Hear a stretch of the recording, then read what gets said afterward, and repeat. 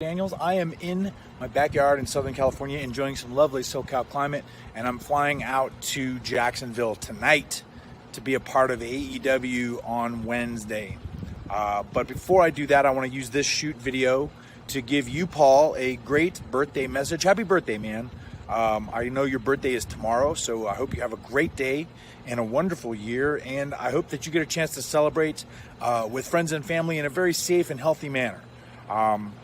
Your dad tells me that you're turning 34. 34 is a great year. Congratulations. I remember when I was 34 back in 1977. Great year for me as well. Wrestled for the NWA title against Harley Race.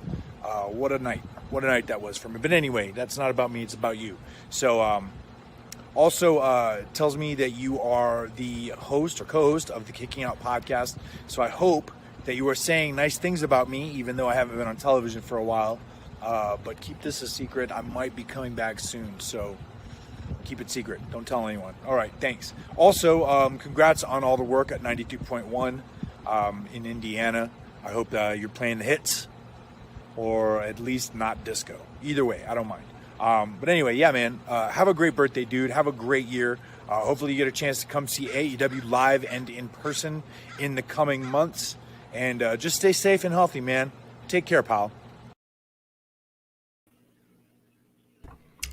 And it's Wednesday night. You know what that means. Another brand new episode of the Kicking Out podcast. I'm Tanner Lee, along with my co-host and the belated birthday boy, Paul Zartman. Pretty cool little shoot video from the fallen angel, Christopher Daniels himself, Paul. Very Yeah. He got a few dates wrong, but just a little. Yeah, in 77 he wasn't 34, he was 7.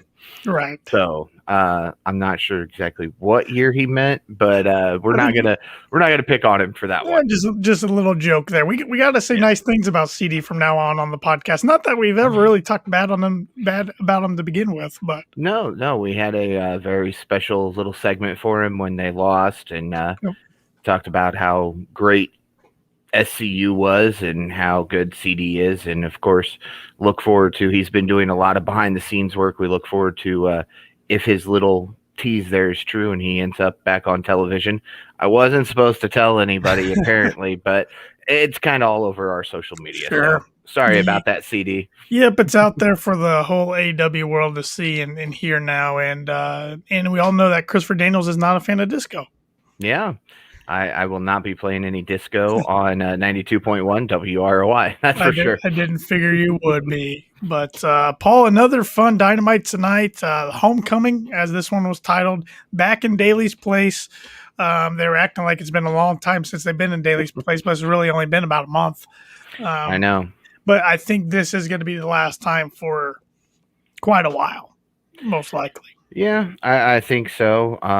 Looking forward to if they do return to Daly's place. I have some comments based off of the odd final segment of the show, but we'll get to that when we get to that. I like them having the homecoming event though at Daly's place. They did that last year in 2020. It was one of the shows they did get in before the pandemic. So I like them keeping that going every year.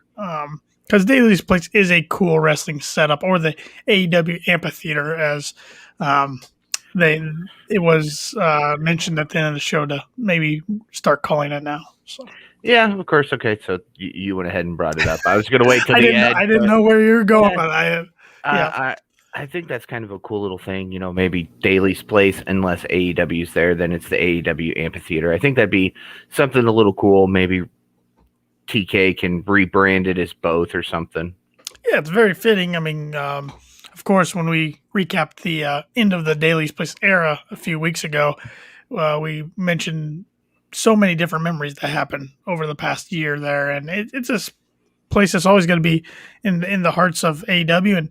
And hopefully they don't have to return there anytime soon, but we will see on that. I know they got plans to, just in case they need to. At least they have a home, unlike another company who'd be scrambling to try to find an arena to build their Thunderdome again. So, and of course, you got some inside knowledge from Cody that they do have plans in place, and they are following all state mandates and regulations for everywhere that they visit going forward. Yeah, and I think that's just how companies have to roll. I mean, companies don't want to perform without no fans unless they absolutely have to, of course. I did see today, WWE's holding SummerSlam at Allegiant Stadium out in Las Vegas. It's going to hold 45,000.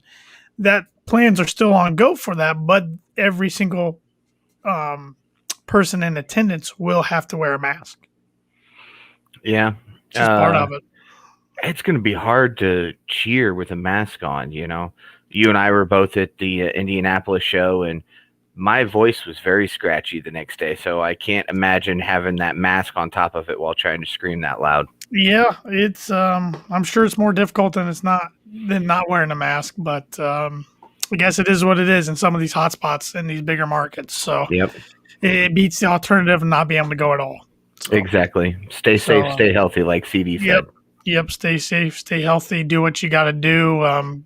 Cody Rhodes, and I got the full media call from the pre-homecoming media call edition on our YouTube, on our Instagram, on our Facebook. So you can go check that out. And Cody was pretty outspoken how he feels about vaccines and everything. So go check that out. I won't waste any more time as we get right into tonight's Dynamite, which opened up with the third labor of MJF's 5 labors for Chris Jericho to get through. Actually, it's 4 labors for him to get through.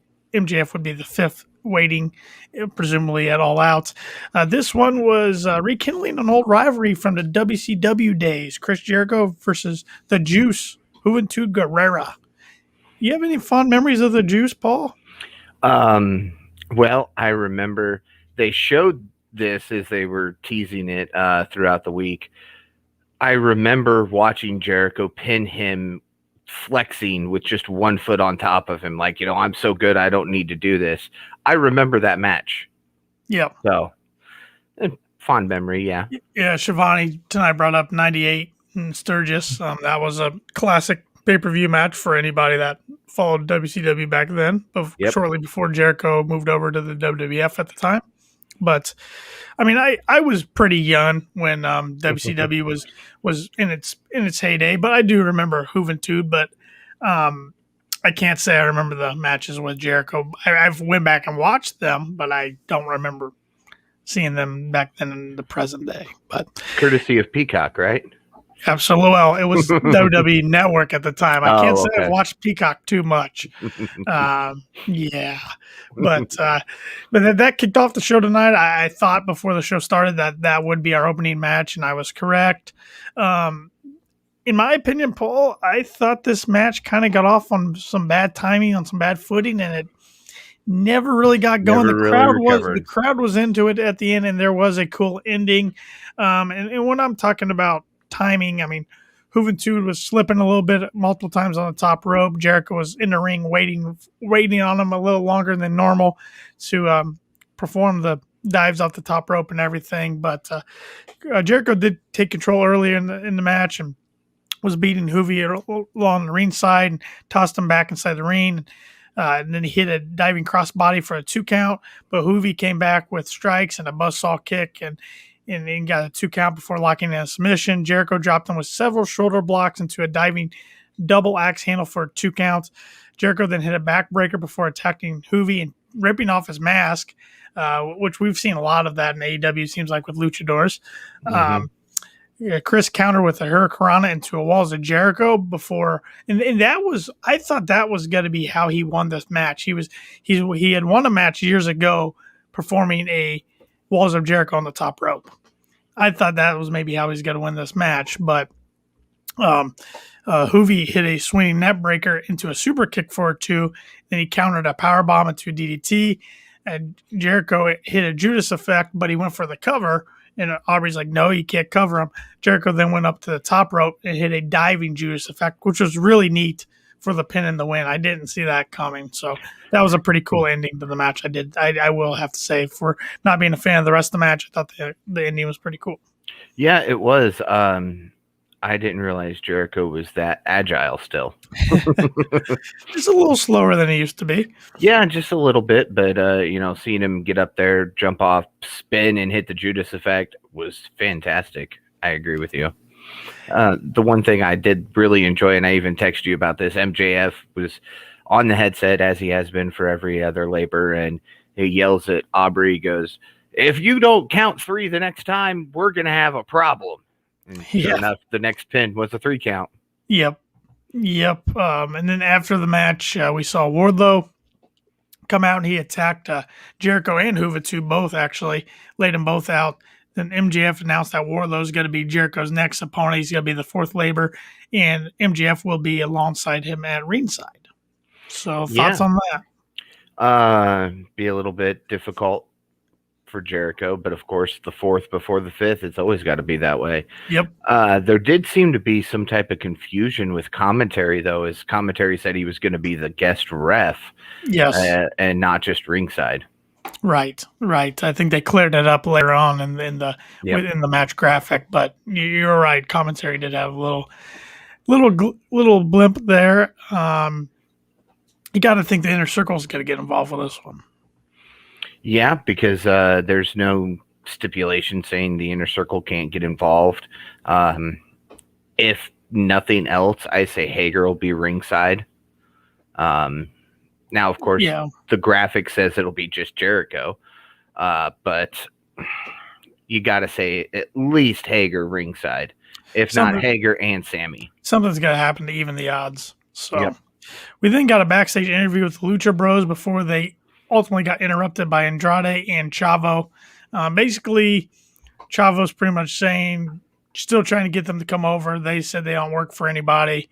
Pac was supposed to be there with them, but his travel plans got canceled, and it was presumed that was by Andrade. So, this feud's definitely going somewhere. I'm guessing we're going to get a Pac versus Andrade match it all out.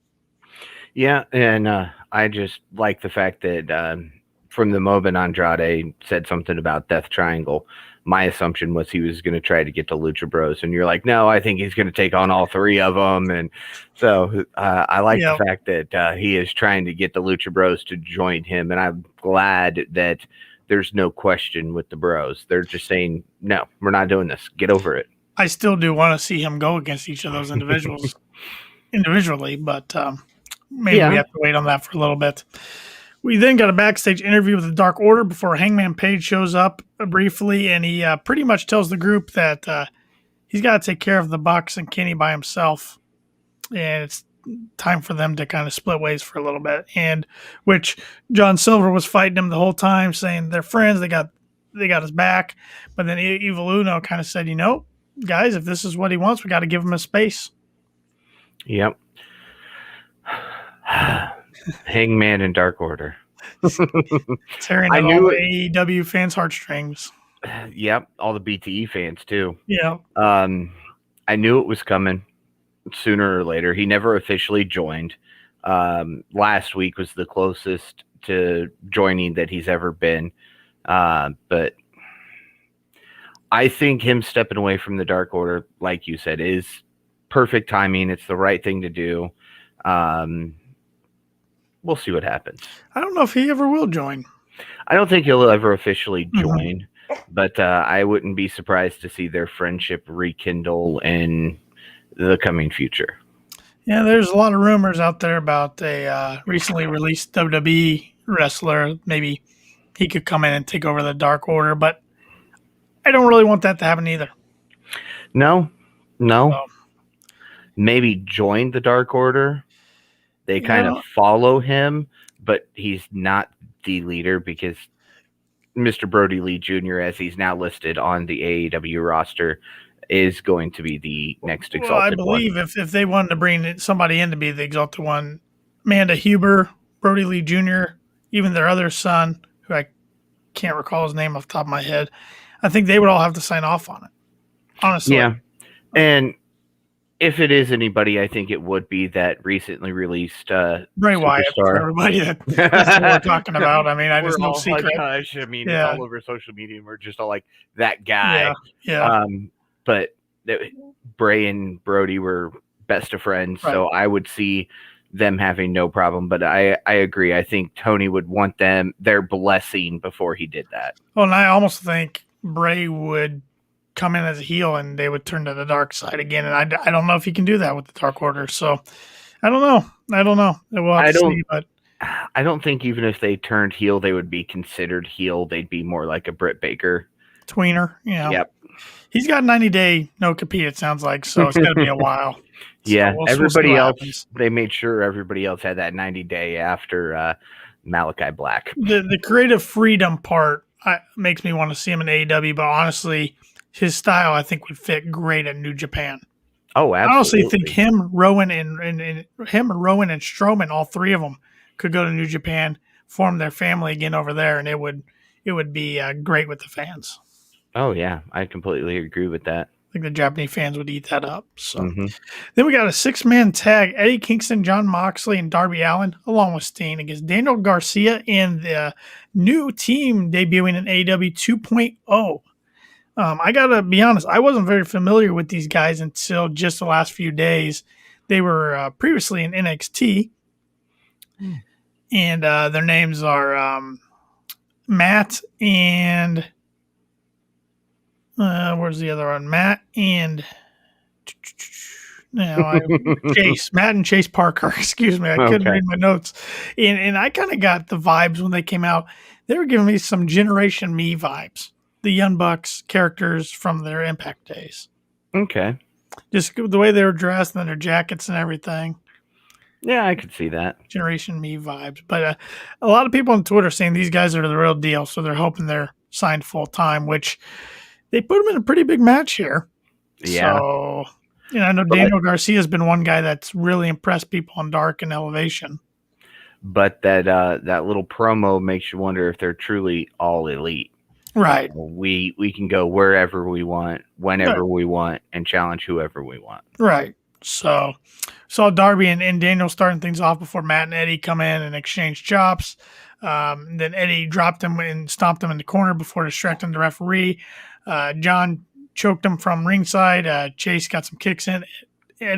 Kicked Eddie in the back, and he ran the ropes. 2.0 took control. We went into commercial. Came back. Eddie was still being isolated until he got the hot tag to John.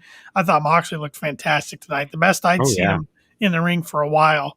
He sent Daniel out of the ring. He took both members of 2.0 out before clotheslining Matt and hitting an X-Plex and DDT. And he DDT Daniel before Darby hit a coffin drop for the pin and the win. My favorite spot of the match had to be when 2.0 ran into Sting and Darby came out of nowhere at the Tope Suicida. Yeah, that totally caught me by surprise. And landed on his feet. Yeah. I was sitting there watching it, and I'm like, these guys are fanboying right now. You're Sting. You're the real Sting. Yeah. And then you just get hit by Darby out of nowhere. I mean, he hit him hard, too. Yes. And he landed on his feet. And then after the match was pretty fun. You could tell Moxley and Kingston were loving it, being in the ring with Sting and having a good time. Mm-hmm. So that was pretty cool. That was pretty cool. Those three guys are over for sure. All four guys, I should say, are over for sure. Yeah. We then got a video package promo with Brian Cage and Team Taz as we go to the commercial. I was kind of hoping we were over this storyline, but it doesn't look like we are. No. But speaking of Team Taz, I do want to give thoughts and prayers out to Will Hobbs. On his Twitter account today, it was announced that his mother passed away yesterday. Oh, yeah, I never like to hear that. No, so thoughts and prayers out to Will Hobbs and his family. Then backstage, we got the Elite. They were playing basketball, and then they cut a promo before going out to the ring for our next match. Pretty much a promo. We found out that the Good Brothers are going to defend the Impact Tag titles against Stu Grayson and Evil Uno next week. That'll be fun. First time we've seen the Impact Tag titles, I believe, defended on AEW TV. I don't remember them previously being defended. No, because the Good Brothers were still all with Impact at the time that they had it before. So we got that, and then pretty much Matt and Nick Jackson were saying nobody can beat them and nobody can contend. That, to me, is a shot towards New Japan in the Guerrillas. Mm-hmm. I think they're coming eventually.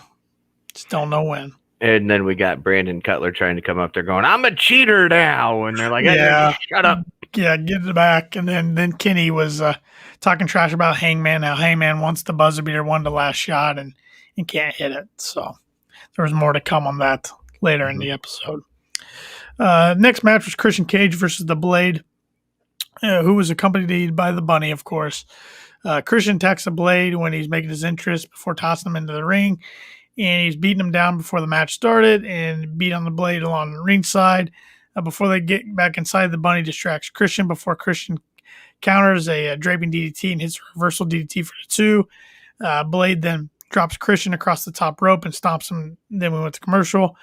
Back from commercial, Blade's in control, beating Christian down in the corner before running into the post, and Christian takes him out with a dive off the top rope. Before they get back inside the ring, Christian hits mounted punches in the corner before choking Blade into the ropes. Christian then hits a diving uppercut before Blade counters a kill switch and hits a powerbomb for the 2 count. Before Christian spears him for the win, Blade was trying to get the brass knucks when the ref wasn't looking. That's the Blade's new thing. Christian spears him and gets covered for the 1, 2, 3. Yeah. We also saw Layla Hirsch come out and get involved with the Bunny. Yeah. And mentioning Layla is important for another backstage segment a little later on in the show. That was a good match. I enjoyed it, honestly. Yeah, it was good. I mean, Christian's always a good worker. The Blade never wins on Dynamite. He gets all his wins on Dark and Elevation. That's why it's always surprising to see how good of a win-loss record he has, because he just never wins on Dynamite. Yeah. But yeah, I mean, the Blade's been getting some matches on Dynamite. I mean, we've seen him go against Orange Cassidy. We've seen him go against now Christian Cage, and I'm still waiting for the Butcher to come back. Yeah, I saw an interesting article. I didn't read it because it was from a source that I don't trust, but the truth about what happened to the Butcher, and I went, okay, no, I'm not going to read that. You can put that as a headline. That hand surgery or whatever. Mm-hmm. And I think he's still recovering from that. Yep, he'll be back before you know it. Yep. Speaking of a guy who we don't know will be back, we got a video package promo by Santana and Ortiz and FTR. Well, mainly it was Dax Harwood as Cash Wheeler. They showed the graphic gruesome injury from last week, and his forearm literally got pinched in with that hook, and it just sliced that thing open, and he lost a lot of blood. And he went on Instagram shortly before that promo and pretty much thanked everybody for the thoughts and concerns in the messages. Said he hadn't got back to too many people, probably wasn't going to. He took this past week off, went up to the mountains, get his head cleared. Doesn't know when he'll be back or when he'll be cleared. Yeah. I mean, I was still unsure of exactly what caused it. I know there was speculation that he caught it on the corner of the post. Something happened at another point. Nobody knew for sure. So seeing what caused it was, and to pause with that skin. Oh yeah, like that. I was shivers like, up my body. Yeah, my arm hurt just watching it. Yeah, it made my legs tingle. So it's hopefully quick recovery for him. Yep, wishing him a speedy recovery. I'm sure that back in the ring. I'm sure that puts some second doubts in your mind about returning anytime soon. Mm-hmm. So, but that rivalry is far from over. Yeah, yep. So can't wait to see Cash come back, but take the time you need to recoup properly. Absolutely. Then we saw the AEW Women's Champion Britt Baker come out to the ring with Rebel by her side. Tony Schiavone's in the ring to interview her, and typically, just like every Tony Schiavone interview, he doesn't get all the way through it, as Red Velvet interrupts him, and those two have words. Red Velvet pretty much wants a shot at the title, which Britt Baker does give her a shot, which is going to be in Pittsburgh, aka Britsburg, next week. It's going to be the first AEW Rampage next Friday, August 13th. Those two will battle out for the AEW Women's Championship. And Red Velvet gets taken out by Britt Baker, and before she puts a crutch up to her throat, choking her out. Yeah, I text you because, there's speculation that her boyfriend might leave the company he's with. Adam Cole, baby. I told you, I said, if she says baby in some promo in the month of August, I'm going to lose it. So see what happens. His contract's running out shortly after SummerSlam. So yep. I read somewhere that literally SummerSlam will end, and so will his contract. Yep. Well, I think the takeover event's the night after SummerSlam that he's on. Okay. So I think it'll end right after that night, but we'll see. WWE would be pretty stupid to let that one go, but they've let a lot of good talent go as of late. So yeah, we shall see. It'll be interesting. I could see it going either way. So backstage, we got Andrade again briefly being interviewed before Chavo shows up, and he shows up with one of Paul's favorites, Fuego del Sol. The master of the tornado DDT. As Chavo was telling Fuego, he's got to clean Andrade's shoes, but Andrade beats him up and lays him out, throwing him multiple times into the garage door as we go to the commercial. But you know what? At least Fuego's on Dynamite. He got a big pop from the crowd, and he is getting appearances on Dynamite. It might just be getting his butt kicked every week, but that's telling me that Tony's listening and he's aware. Mm-hmm. They may not have come to the exact terms of a contract yet, but he's still allowed him to come along and, still paying for his airfare and hotel room. Still getting on dark. So, Yep, he's, Sammy maybe shouldn't have pulled the trigger on that farewell episode like he did a few weeks ago. Well, yeah, especially, he should have known it was doomed since halfway through the upload it failed and then his computer crashed. Yep. That should have been key number one. Don't upload this. Sure thing. We then go to the ring, and they previewed this before they advertised this before we went to commercial. That Heyman Page would be speaking when we got back from commercial break. Heyman comes out there and addressed what happened early in the night with the Dark Order, but he was interrupted by the Elite before Adam says that there's something he needs to clear up with them, and he's needed to clear it up for a while. But everyone gets in the ring before Adam says what he wants to say. And he doesn't want to rejoin the Elite. Kenny then tells Hangman that the Elite, they don't have losers, failures, or anyone who plays second fiddle in their group before Hangman slaps Kenny, and the Elite takes out Hangman before he's briefly saved by the Elite Hunter, Frankie Kazarian, who he's dumped out and laid out along ringside, and the Good Brothers beat him up. Kenny then lays Adam out with the AEW World title before standing tall.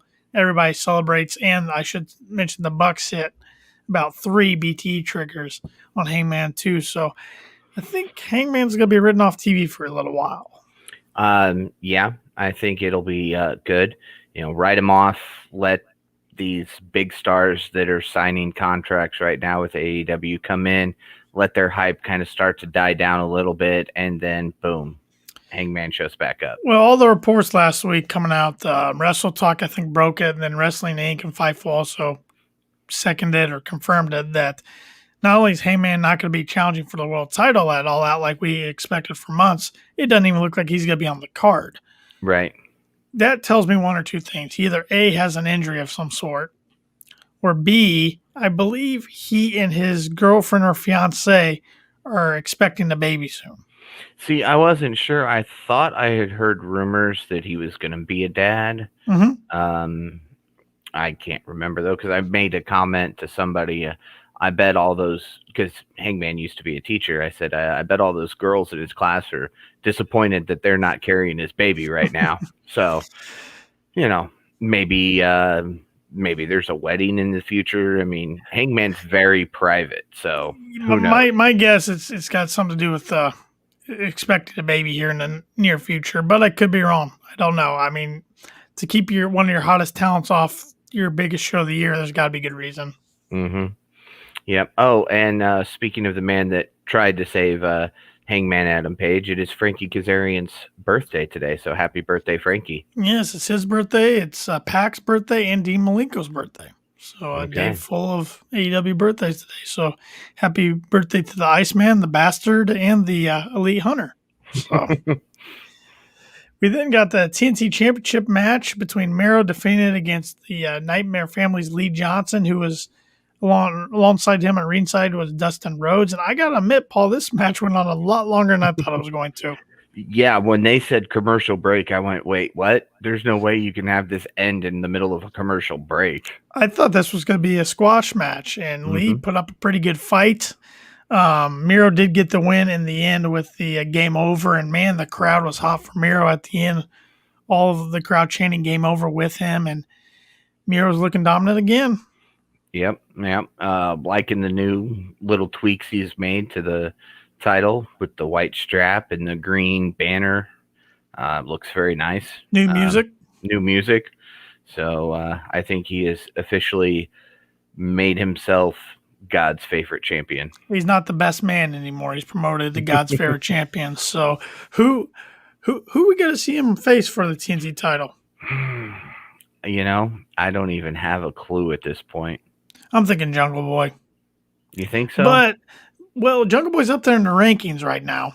Yeah, Jungle Boy's been up in the rankings, I think, since 6 months after AEW started. I also think Jungle Boy's the guy who could potentially take it off him, and they're not going to pull that trigger this quickly. So Right. It's not an all-out type thing. It'll be 2022 before Miro drops that title, I bet. Yeah, and then once Miro drops the title, I think he could get right into the World Heavyweight title picture. And I think that's why he needs to drop it is, oh, look, I've made this title relevant. I'm the longest reigning champ. I've got the most title defenses. I want the big gold. But when it comes to the title pictures, I mean, my guesses are way off now. I thought Hangman would win it at All Out and then shortly after that lose it to MJF. That was kind of my prediction 2 months ago, and now it's way off. So, yeah. I really don't know because I thought Hangman would be the next AEW champion. Because Kenny's pretty beat up. There's been stories backstage that he's pretty beat up. But if they're really going to do these super shows with other companies and stuff, I don't see him losing it anytime soon. No, especially because the other companies that they're talking about partnering with, Kenny holds titles in those companies. Exactly. So having him drop the world title would make absolutely no sense at this point. Right. It's going to be interesting to keep our eyes on that. And I think that might be one reason that they pulled Hangman from the match is because Hangman would have taken it from him. That was the only way that could have gone. Well, if they keep that going, which the Angles of Night tells me they're going to pick it back up eventually, you got to think maybe they pull the trigger in November at Full Gear down in St. Louis. Because I don't know if they can wait clear to Revolution in February. By that time, you're risking that becoming stale. Yeah, unless he's off till November. If they keep Hangman off TV that long, come out the next few weeks trying to say, I need to clear something up with the Elite, and every week he gets taken out, and then finally, September, they wipe him out completely. I was going to say, it's going to take a heck of a beat down because, tonight's might put him off for a little bit, but, one of the nastiest beat downs we've seen in AEW was when Brody Lee and Dark Order took out Cody, and he was gone for like 5 weeks. Yeah, so to get a beat down that doesn't compare to what the Dark Order did to Cody and be off for 2 months 4 months would make no sense. You're right. So, we'll have to see. It's that's a great thing about AEW. They keep us guessing. We don't predict it very well. Every time we think we've got it roped in, they swerve it. Yep. We then got a graphic for the 4-man announced team for the debut edition of Rampage, as well as that Christian Cage was going to be speaking. Those 4 men are Mark Henry, which we knew he was going to be on commentary, Chris Jericho, which we had been speculating for a while, Excalibur, and Taz. Pretty good team of announcers there. Yeah, and I didn't think about it, but you said for the debut. Maybe it will just strictly be for the debut. Could be. Maybe we'll feel it out. And Taz is already doing Dark as commentary. Yeah, he and Excalibur. Yeah, maybe they'll kind of shift them back that way more and stick with Jericho and Mark Henry. Because you got Shivani and Paul White on Elevation. So, whole bunch of teams. Whole bunch of commentary teams. We then went backstage and saw Tony interviewing Christian after he defeated the Blade. And it's pretty much announced he's the new number 1 contender for Kenny Omega's AEW World title. Thoughts on a potential Kenny Omega, Christian Cage title match at All Out, Paul? Rushed, but I'd be okay with it. Well, they planted the seeds a few months ago with the stare down, but Christian even said he had to get more wins under his belt. He's done that. And I think Christian's a great worker. Don't get me wrong, but This match to me feels like a big Dynamite main event, not your main event for the biggest pay-per-view of the year. Mm-hmm. And see, here's the problem. He's undefeated. To have him go into All Out and lose is gonna suck. Well, it almost tells me that Punk's got a debut in Rampage on August 20th. You know? And they're going to rush into a match, and Punk's your main event match with somebody else. Because if if Punk is making his AEW debut match at All Out, that's going to be your headline the next day, no matter what. That maybe is why they didn't want to pull the trigger with Hangman winning the title right now, because it would be overshadowed by whatever Punk does. Yeah. And, you know, I think I text you about this, you know, that's where you get Kenny to say, look, I'm the EVP. I don't feel like defending. I'm not going to defend. Deal with it. I think that's how you get out of him not defending it All Out. Yeah, I do think it's going to be Christian and Kenny, but will it be the main event's the question. And if it is the main event, you got to think something big's got to happen after the match, whether it's, I still think Punk debuts now before All Out. Does a guy named Bryan Danielson appear? I don't know. Mr. Generic. I mean, we'll just have to see. I don't know. That just doesn't feel like Hangman and Kenny felt like a huge main event match for your biggest pay-per-view of the year, but yeah, Christian and Kenny to me, not so much. Maybe to other people, but not to me. No, maybe for something, you know, like Revolution or just drew a blank on the other two pay-per-views. Double or Nothing. Yeah. Or Full Gear. But even those, I mean, just to me, it feels like a Fighter Fest or Fight for the Fallen or Homecoming Edition Dynamite. It could be the main event. Or even a Grand Slam, which I think they're going to have big stuff and planned for the Grand Slam event. So. Yeah. It's not yet. Now, if we build Christian Kenny, then maybe we'll get that big main event feel. But for All Out, no, it's not going to feel like a big main event. Yeah, we got a month left, so we'll see what they do from now till then. So we then got the Bunny versus Lelya Hirsch. This was the NWA Women's World Title #1 contender match. It's interesting, they're still doing this relationship with the NWA, even though the NWA's back in action, and they just sold out tickets to their pay-per-view in St. Louis coming up at the end of the month. Lelya Hirsch ends up getting the win over the Bunny after she hit a series of German suplexes in a Meteora in the corner, then hit a running knee. She missed a moonsault. Bunny hit a DVD for a near fall, but Lelya locked her in the armbar, and that forced Bunny to tap out. Then after the match, we saw Camille, who is the NWA Women's World Champion, confront Lelya Hirsch, and they were showing her in the alongside ringside during the match. Quite a bit of different height there. Yeah, I know Layla's only 4'11", but Camille's pretty tall. Yeah, I was gonna say, how tall is Camille? Is she like 6 foot? She's impressive looking. She's got a figure of a bodybuilder, kind of, or just really into bodybuilding, and that's gonna be interesting. All cards are gonna be against Lelya, but we'll see. We'll see if she can pull it out. Hate me if you want. Camille and Jade for the NWA title. No, I even thought that earlier in the day. I'm like, yeah, those two that'd be really fun to watch. So, which we did get a Jade Cargill little promo. First time we've seen her on TV. There had been rumors circulated online that she had been injured. She squashed those rumors today on Twitter.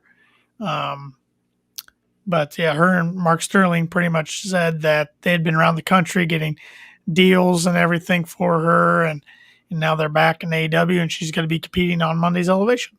Yeah. Oh, quick note on the Christian promo that I forgot to mention. If there was any question about whether or not CM Punk was coming to AEW, I think Christian kind of helped answer that, because he says, "Oh well, you know, when you're good at something, or you're better than good at something, you're what?" And that left the opening for best in the world. Because Tony said the best. Yeah. And then he goes elite. I thought it was coming. I thought it was going to be the best in the world. And I was like, all right, there it is. Yeah, if they did that again, though, 2 weeks in a row, it'd have been like, okay, come on. But Well, I mean, I think, like I said, if he's not there, the AEW is going to get a lot of backlash for that. I mean, they've sold out the United Center. In 5 minutes. Yeah, they pre-sold the 12,000 tickets and then sold out the rest in 5 minutes. I mean, you can't tease us enough not pull the trigger. Exactly. You can't do it. You can't do it. I know there's been times before, believe it when I see it, but I'm going to be pretty disappointed come the 20th if he's not there. Mm-hmm. So we then got we got a preview for next week's matches, which I don't have in front of me. I just remember we got a preview for them. I don't even recall what's going on next week. The only one I can even the tag match for the Impact titles. Yep. And Jericho Wardlow. Those are the only two I can remember at this time. Yeah, then they were advertising Red Velvet and Britt for the following Rampage. Mm-hmm. Yeah. And Nyla Rose and Statlander, because they had a face-to-face during the women's match. Yeah, which I did not realize those two were the same height until tonight. Yeah. That'll be a good one. So we then got the main event, which I think we all thought was going to be the main event because it was on all the graphics and everything. Malakai Black versus Cody Rhodes. Really big fight feel for this one. Malakai comes out first. I think everybody was interested to see what his entrance and his entrance music was going to look and sound like. Pretty similar to kind of what he had in WWE, but he had a mask on this time. A really cool entrance. I was all for it. Cody came out to a mix of boos and cheers. Start off with heavy boos and then some cheers kind of got in there. The two were exchanged standing strikes, and before Malakai locked in a knee bar, Cody transitioned into a figure four, but Malakai dug his fingers in Cody's eyes before Cody rocked Malakai with enziguri. Malakai swept him and locked in a half crab because he kept working Cody's leg the whole time. Cody gets on the top ropes, or gets to the ropes for a rope break. Malakai counters the crossroads before kicking Cody off the top rope and through the timekeeper's table at ringside. Cody gets back inside. Malakai hits the black mass and stands on Cody for the quick 1, 2, 3 and the victory. Yeah. I looked at the time as the bell rang left. And I went, okay, so what's happening here? Yep. I thought, honest to God, before tonight, thought we were going to get a pretty quick match between these two, and Malakai was going to go over, just like Brody Lee did. So when I saw the time when the match was beginning, I'm like, wow, we actually might get a long, decent match. Then Malakai finishes off pretty quick, and I said, okay, what's going to happen afterwards? Yeah. Go ahead. Oh, I was going to say, I thought maybe there was going to be a debut of some sort, but then Tony kind of squashed that when he said, I'm going to go get a quick word from Cody. After the match, we saw Shivani interview Cody. Cody's talks about 3 years ago. Everybody was laughing at him and the Bucks and Kenny when they said they were going to start a revolution. Now look at the company. It's the company where they can feed people. People are coming to the table. They're not an alternative. They are competition. So, taking that shot at WWE or bringing them up yet again, which I don't mind when they do that, but at the same time, it's like, I don't like how often they do bring up WWE because they're always on their mind kind of in a way. And I wish they wouldn't think like that. But he's getting emotional talking about, when he started in the business at 15 as a ref, he just wanted to eventually win the title. The title got taken from his dad at Madison Square Garden. Then he fired WWE instead of them firing him, yada, yada, yada. Talks about the creation of AEW like I was just mentioning. And then he goes to take off his boots and pretty much says it's been a pleasure. He gets one boot off, stands up, salutes the crowd. But Malakai Black hits Cody in the back with a crutch before taking the boot that Cody took off and stood over Cody while saying something off mic as the show came to a close. So Cody was trying to say farewell, but Malakai is not going to let him say farewell forever. It's just goodbye, see you later. Yep. And taking one boot kind of says, I'm half retired. So, well, a few years ago, he said he only wanted to wrestle a couple more years. So he is getting on the back end of his career. I don't think there's any secrets of that, but he'll be back. He's going to take some time off to go film season 2 of the Go Big Show and I believe his own reality shows wrapping up filming as well. Yep. Road to the Top or whatever it is. Yeah. But he'll be back. It'll be interesting storyline. It's going to remind me so far it reminded me pretty similar of the Brody Lee storyline with him for the TNT title when Brody got it off of him. But Cody put over Malakai Black big time tonight, as he should. Yeah, so to all those people who say, oh, Cody always books himself to win and he never puts anybody over. Yeah, he does. Yeah, I would have been very angry if Cody went over tonight. Yeah. Yeah, I mean, Cody did take a couple stabs at the other company, but I think part of the reason is because WWE is constantly talking about AEW.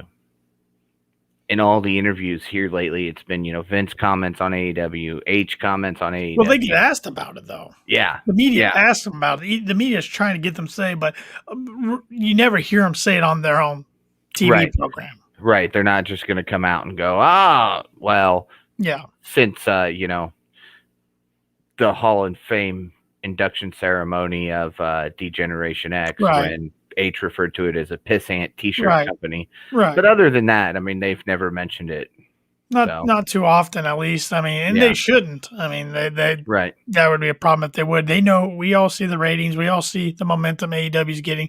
And I understand what Cody, he was the one that was in the WWE the longest out of all those guys and had the history with them. But so I understand the jab. I have no problem with it. I'm just saying I wish they wouldn't bring it up as often as they do. Right. Because then you do see interviews with Jericho, and he said, we're not worried about them. We're worried about ourselves. Well, and your EVPs say otherwise. Yeah, right. So. Yep.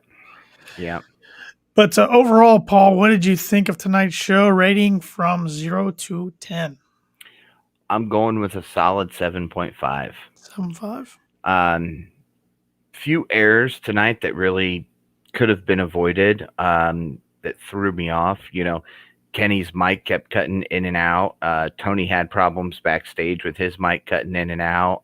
I mean, the camera angles tonight were some of the best camera angles I've seen in a while from AEW. But yeah, I just stick with a 7.5. I'm going to go with a 7. I think I've went 7 a lot. I mean, another solid show. The opener, like I said, didn't do a ton for me. Juventud's timing just wasn't there. It was a little rusty. The women's match was fine, but it's another 9:30 time slot women's match. I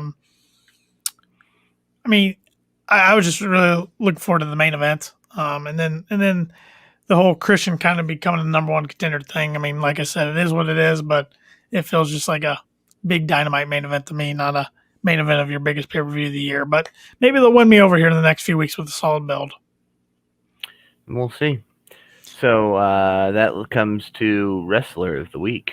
Yeah, I'll take this one first this week. I think I know who you're going to grab, so go right ahead. And you can take the same person as me if you want, because it's pretty obvious to me, Malakai Black. I mean, it's his debut. He takes out one of the biggest stars in the company, and he dominated. Now I'm just anxious to see what his next story is going to be. Yeah. I completely agree with you. Malakai Black is my pick. Jericho, or not Jericho, but Christian, close second. I was almost there. The entrance that Malakai Black had is what pushed me over to Malakai, because I knew from last week you were going to pick Malakai tonight. Yeah. So I was like, all right, I got to pick somebody else. And I'm like, well, okay, Christian, he won. I've got the Outwork Everybody shirt. A big Christian fan.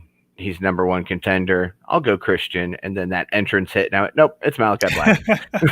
No, they've built him the right way since he's come in. They've done a really good job with him. He has an interesting interview on this week's Talk is Jericho. If you haven't listened to that, it came out earlier this morning.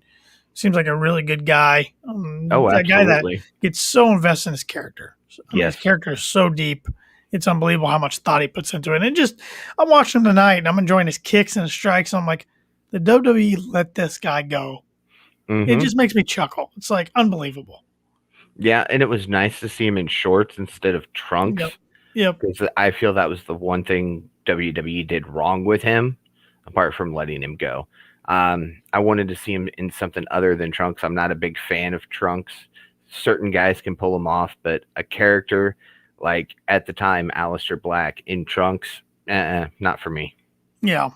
No, I really enjoyed the main event. I thought they did a good job. The ending, I mean, yeah, it was interesting way to go off, but yeah, it'll be long-term storytelling.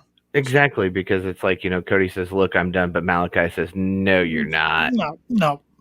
I mean, he knew he wasn't going to truly be done. Even if he would have taken both boots off and went off TV like that, yeah, he'll be back. So, yep, he'll be back. That's for sure. Any more final thoughts, Paul? Anything else you wanted to hit on? Visit ProWrestlingTees.com and buy some Kicking Out podcast merchandise. Support our podcast and look fantastic doing it. And Pro Wrestling Tees is running a promo right now for 20% off. It's promo code Summertime. Yep, Summertime. I think that goes until noon on the 7th, I believe. So buy some Kicking Out podcast merchandise at a discounted price. Yep, 20% off. We got 3 T-shirts on there. Hoping to get a few more designs on there eventually. I've been slacking a little bit in that department. So I've been busy with some other things. And we both lead some pretty busy lives outside of the Kicking Out podcast. I haven't put my time to it. I'll get on that maybe this weekend and get a few more designs up there. Hopefully a few more different colors or different things. There was one more thing I wanted to mention, and I'm not remembering what it was. I don't know. The media call, like I said. Cody Rhodes media call, of course. He mentioned a lot about tonight's homecoming, which you've all either watched or just heard about on this podcast. So maybe some of it you can fast forward, but he did hit on a lot of other questions. And I'm sure he'll have a media call before All Out in a couple weeks. I hope to be on that one too. So, all right. And hopefully have some more interviews coming up sometime soon. Don't have anything on the books yet, but working on a few things. If you haven't yet, go check out my latest interview with Dave Hancock. He runs the social media accounts for all the ad-free shows, podcasts. Good guy, loves wrestling, loves talking wrestling. So we had a fun conversation. So go check that out. That's on our Facebook, our Instagram, and our YouTube. Which please subscribe to our YouTube channel. Follow us on Facebook. Like us on Facebook. Follow us on Twitter and Instagram at Kicking Out Pod. And subscribe wherever you listen to your podcast. Please give us a rating and review on Apple Podcasts if that's where you primarily listen to your podcast. We really appreciate that. That helps us out a lot. Besides that, Paul, I think that's all I got. And you can follow me on Twitter. My handle's down here at the bottom of the overlay at TannerLee92 and Paul's at PaulZartman921. And with that, you grab the social media portion of it. So join us again next week as we kick out yet another podcast.